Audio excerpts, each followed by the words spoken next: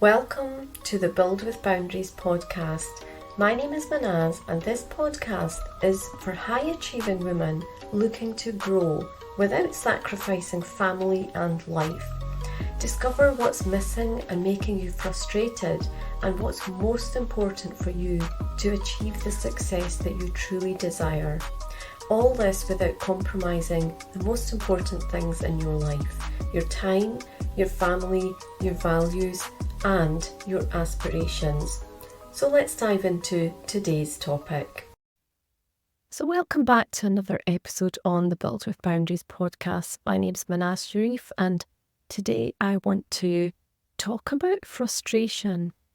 And it's such a common feeling that I think we can overlook it for what it is. So let's dig into this topic and actually talk more about the root cause, because if we don't address where it's coming from, we can never really see any change. So hope that you will get some great insights while I'm explaining this. So I feel that the frustration that we can feel day to day can be to do with a lot of different things, because as women who have a family, business, and all the multiple roles to fill, we can feel pushed and pulled in so many directions, and often all at once. And if we're not being really clear and effective in any particular area, then that can bleed into the other areas and vice versa. So let me give you an example. So perhaps it's to do with your, family and organizing your home. Simple things that, you do perhaps in the evenings or weekends. But the way that you're doing them, it means that there's extra burden on your brain all the time of, have I forgotten this? I must remember to do that. Or, it's just we get used to and accustomed to how we do things. And we don't often see that it can be any different, or we even have any options. And I think this is where the real message is, that, when we don't even realize that we can do things in different ways, we just feel very frustrated with it all. We feel stuck because it just feels like it's things that we need to do, but we're not necessarily able to see things in a different way, or we can't see how it could actually be any different because we're not there. And I completely get that. So where I'm coming from is that where I see frustration, I'm thinking there's sort of three ways that it might arise. So either things have just not been ever set up in a way that would be most effective for you, and you just feel like you're spinning your wheels all the time, but you've never really had time to sit and actually make things better because you don't know that you can.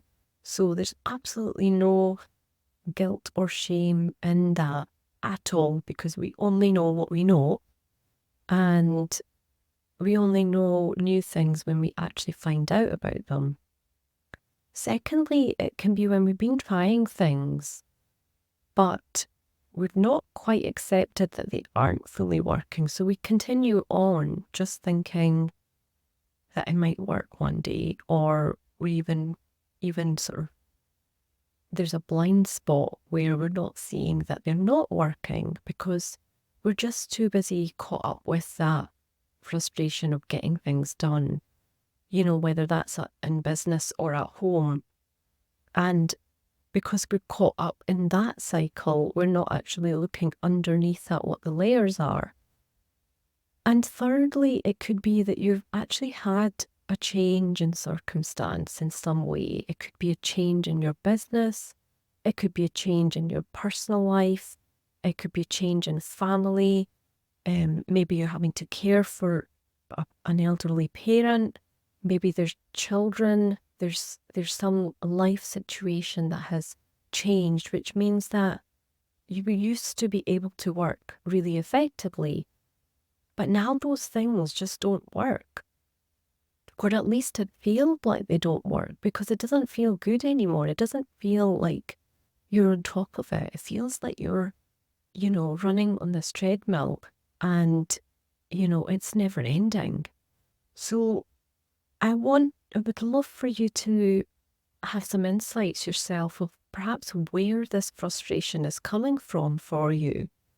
I think it's really enlightening to be able to pinpoint it because we do take the pressure off ourselves by doing so, because it's not about us. It's not that we're not trying hard enough. It's not that we're not working hard enough. It's not that we are not good enough ourselves. It's not that this challenge is, it's a test and there's sort of test after test in terms of your abilities. There can be things that change in our life that are not in our control that are affecting this. And sometimes it's things that we have intentionally changed. For example, you might change things in your business because you want to have things different. And that's amazing that, you as a business owner and as somebody who is taking charge and control of where and how your business moves forward. But that's not to say that that won't affect anything else. And maybe other things won't need changed. And change doesn't need to be huge. It doesn't need to be heavy. It doesn't need to be feeling like it's something that you can't do because, you don't know what you need to change. And I think coming from the issues from this point of view of understanding what is actually underlying is really important. And as I mentioned, it takes the pressure off us. And I think that all women need to take this pressure off because we're just lifting so much and carrying it around with us all of the time. And sometimes we're doing it knowingly and sometimes it's subconscious because we just feel that we need to help here, we need to do this here. And we feel responsible for like everything. And that doesn't help because then we're almost like creating that bottleneck because we feel that without us, nothing can actually move forward. So if you're feeling like that, it doesn't have to be that way. And there are lots of things that you could make changes to in terms of how you manage that stuff. Perhaps if you delegate it, maybe how you actually manage it, because there's also like a micromanagement, right? It feels like if we do not micromanage something, then it won't be done to the level of satisfaction that we need. So I think it's important for us to recognize that when we are filling all these roles, as a parent, as a family member, we might have other responsibilities outside of our immediate family. There's a lot of things that we have going on, and it's okay for us to need to evolve things because, just like you being that a CEO of your business, you would make the decision to try something new, to do something different, to perhaps create a new offer, whatever it is, like it will be more natural for you to do that. And we are evolving as people all the time. So recognizing that that's all very well and that's very kind of strategic in terms of what you do in your business. But when it comes to changing other things, we might not be as effective at changing those things because we're almost too close to see what patterns we've fallen into. And obviously this frustration can just feel like there's this constant restlessness, there's this constant doubt, there's this constant feeling that it's just not very helpful and it's not easy. And nothing becomes easy in one step, but we can certainly work on ways to make things easier. And nobody can give a magic pill to make things easy all in one go. And if they are selling that, then there's something wrong there. But we can certainly make things easier where things are more natural. They feel like they're not forced, and there doesn't have to be as much responsibility on our shoulders. I think that's a big one, because we're carrying this all the time, and we're carrying it in everything that we do.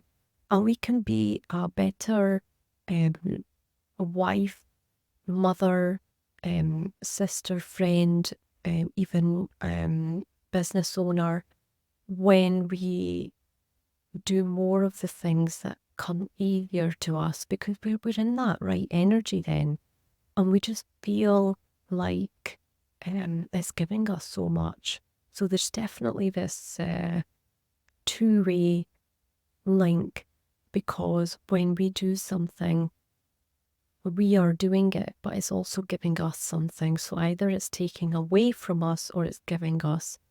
And I like to think of particularly tasks or things that you're doing. What are things that are actually giving to you, i.e. they are fueling you, they are giving you energy, they are making you feel happy and joyful, and the things that are perhaps taking that away and making you feel like you're drained, making you feel like it's difficult and it's tough and it's like there's resistance. There's some form of friction there because there is no desire to do those things, but you feel like you have to. And, sometimes it's a case of taking those pieces apart and putting them all together again and trying to really work out where you can focus best and where you are best to focus, and how you can sort of create the foundations of how you live and work.